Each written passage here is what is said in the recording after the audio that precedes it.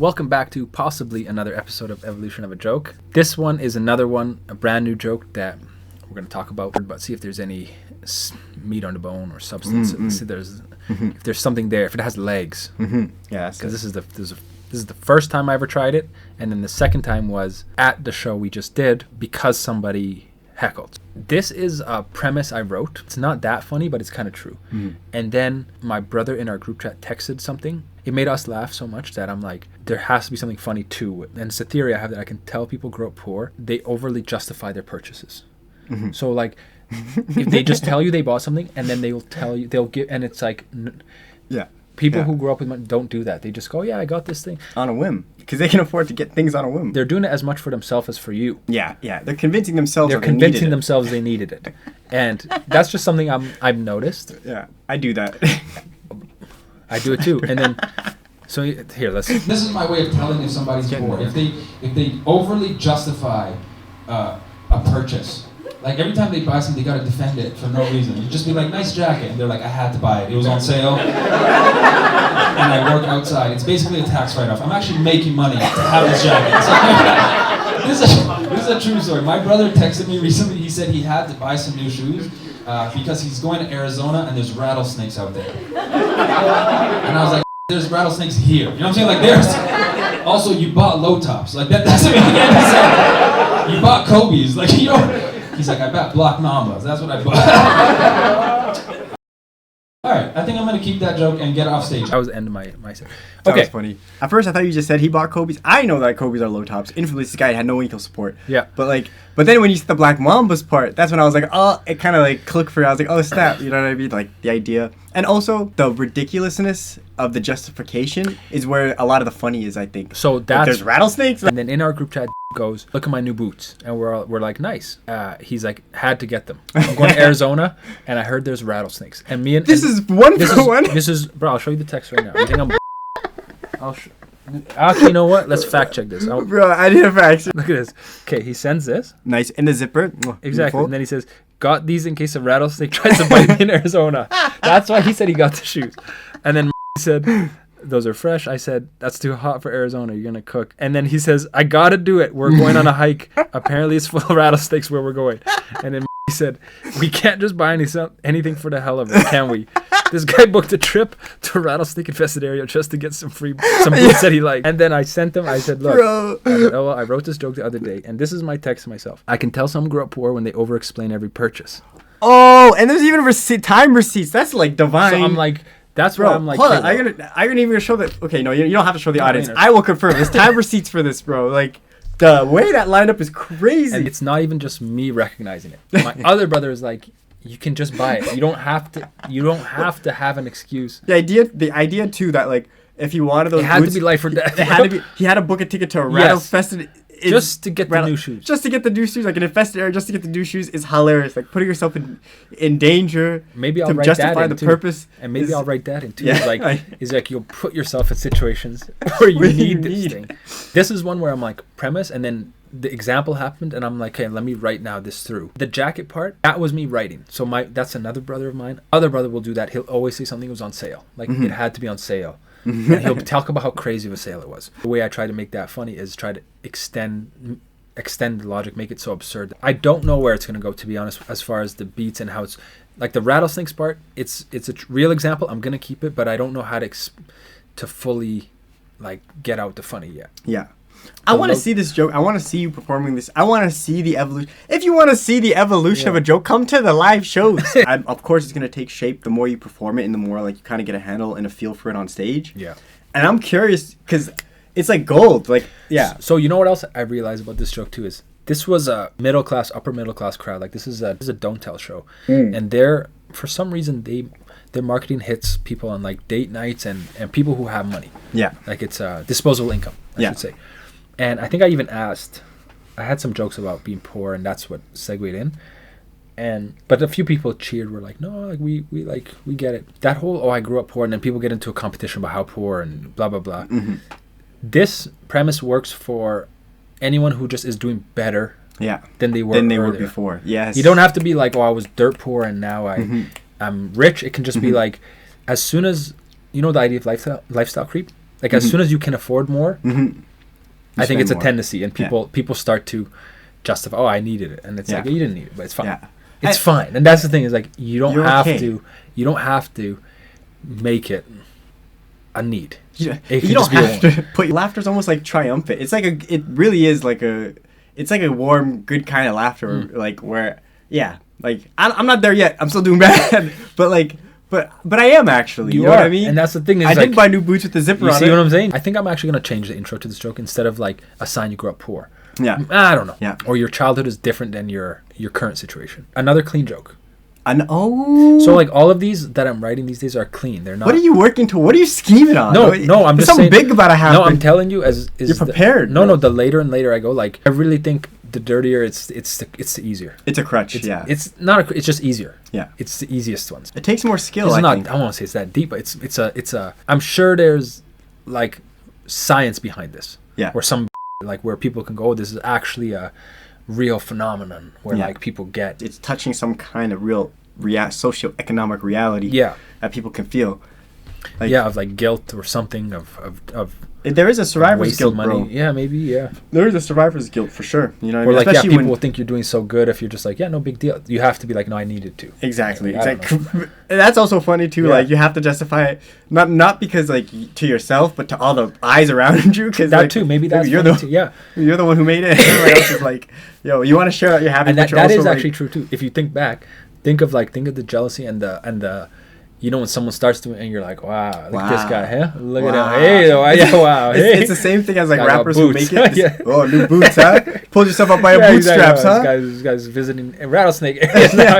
Going to Arizona, huh? Big flex. Even like when rappers make it and then like in the studios, they're like, oh, wow. Yeah. Wait.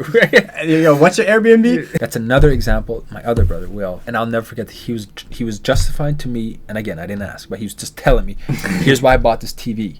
And I'll never forget because I was like, you bought a house. I was like, he bought a house, and then he was explaining to me Why he bought the TV? why he bought the TV to fill the house. And I'm like, I a remember fraction. laughing where I'm like, you're so far gone that the house you could easily justify, and now you're talking to me about a $500 TV That's cheap in for the a TV. house. Exactly. Like that's what you don't Bro. want me to. And I don't know how to make that funny. I think I tried it. At the show, I think so. It doesn't really work. I needed a good analogy example I need one to show why that's so funny. Like to focus on the trivial thing when you just made such a big not even purchase, just when you're focused on the wrong thing. Even the boots, that whole scenario has that in exactly. it. You're going to Arizona. like on a hike. You're going Exactly. hiking in Arizona. Like, Yes, what are you you talking can about have the boots. Yes, but you're right. Exactly. And Yeah. so I kind of want to have a good analogy to bring that home. And I don't want to go. The one I thought of, this is the first one, is like you have AIDS and you'd be explaining, oh, you should see the cold I had last week, and it's like You're so far gone exactly. already, What are we bro. talking What do you about? mean? So, but I don't want to go there. Yeah. I think that's funny, but I don't want to. I don't Yeah. want to go that direction. Yeah.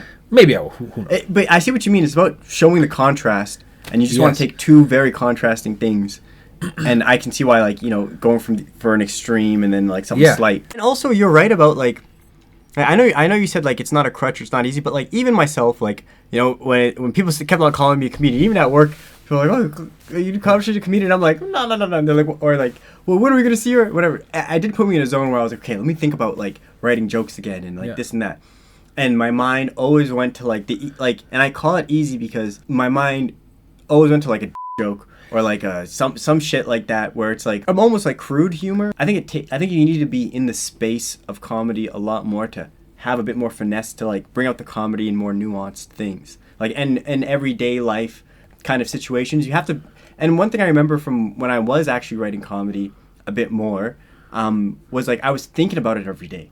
And then that kind of like the comedy in everyday life situations and unfolded. I was able to make more funny observations and find more like the funny and more things that I think people don't find the funny in but are ubiquitous in their lives and they can understand when I bring it to them, and it's almost like a reveal. But I think the art is when you kind of like take people in a funny place where they weren't expecting funny to be, and then you show that to them, and that's like a worthwhile experience for yourself and for the audience. So that's why I say that. I think it needs to be balanced. It not even has to be. Whatever you can find balance funny, it, whatever though. you find funny, That's what you talk about.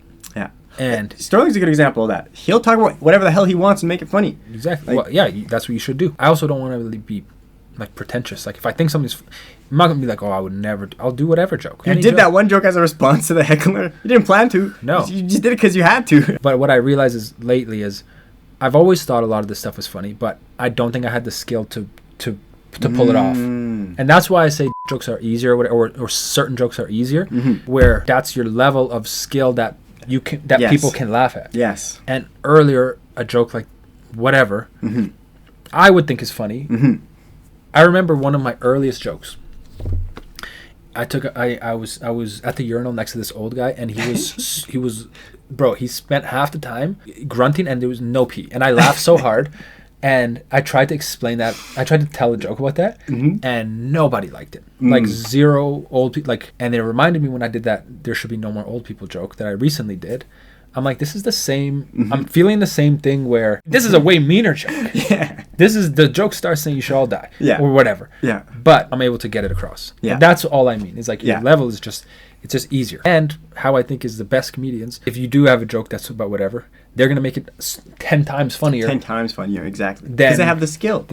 If you combine the skill and that, it's like, it's going to be amazing. Exactly. And that's exactly what I was going to say. It's not that like making those like jokes isn't funny. It's just like when that's like your skill cap, then especially from my perspective where like that actually was my like skill cap, like that, then it feels like kind of like a limitation and so on and so forth. But if you actually have the skill to make like those more nuanced jokes funny, those other jokes funny, then it's fine for you to come back and make those jokes as funny as you can with the skill you have. But like you need to have the skill to be able to do both, I think.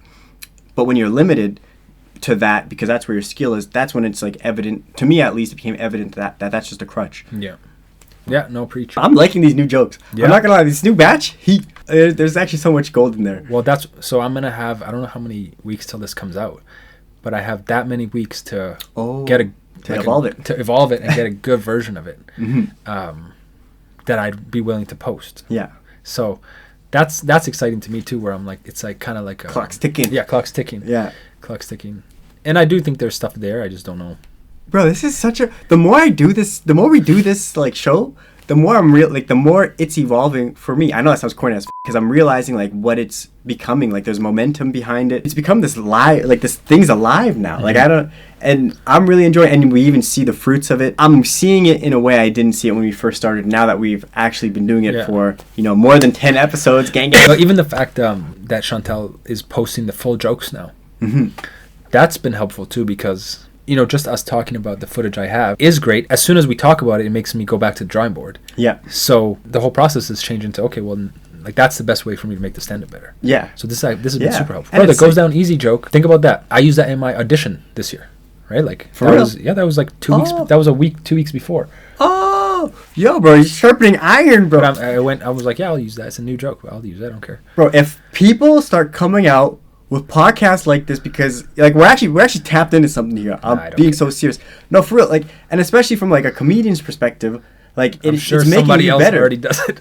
No, we were first. No, they're gonna be sue me, Drake. Sue us. If people want to see people working on their stand-up, then it's good. You should see everybody working on their stand-up. Yeah, this is such a good and unique way to work on your stand-up. It actually is driving results. Like, what else could you ask for? And it's entertaining, and it's fun. And it's giving people an understanding of comedy. Like I've had people who are like, I've been thinking about getting into stand-up and whatnot, watching this. Someone messaged me and they were like, I thought every time you go on stage, that's the first time you've ever told something.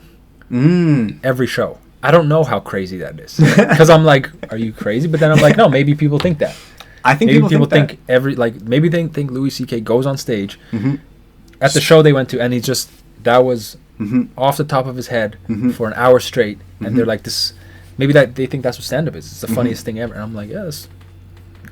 That is actually a wild conception, but it wouldn't surprise me if a lot of people who are like, maybe more casual observers of comedy think that. I think people who are like big fans, like for example, when Chappelle came to town, we all knew he was filming for Netflix, and he's like he's going to town trying these jokes, and then he's going to compile that footage into a special that we'll see. Actually, I don't even know if people there knew that. Really. I don't know. It made me. I'm like, I don't know. I don't know what people think of. I actually don't. Stand up. Just like they have that one perspective. I think since I've been on this side of stand up, I have my perspective. I used to think freestyling and rap. I thought when people said it was a freestyle, I used to think they were making everything up. Yeah, that was like for me. That was like finding out Santa Claus ain't real. Really? Yeah, I thought that they were just. It's not always off the dome. Most of the time, like freaking like the game in his Red Royce, Rolls Royce. Like, let me show you this. I heard that in like 50 songs. I said, "Whoa, bro!" Thank you for watching another episode. A message for anybody out there: furnish your home. Just do it. Don't justify it. Yeah, just furnish it. Don't tell us why. Bro. All right. Okay. Bye.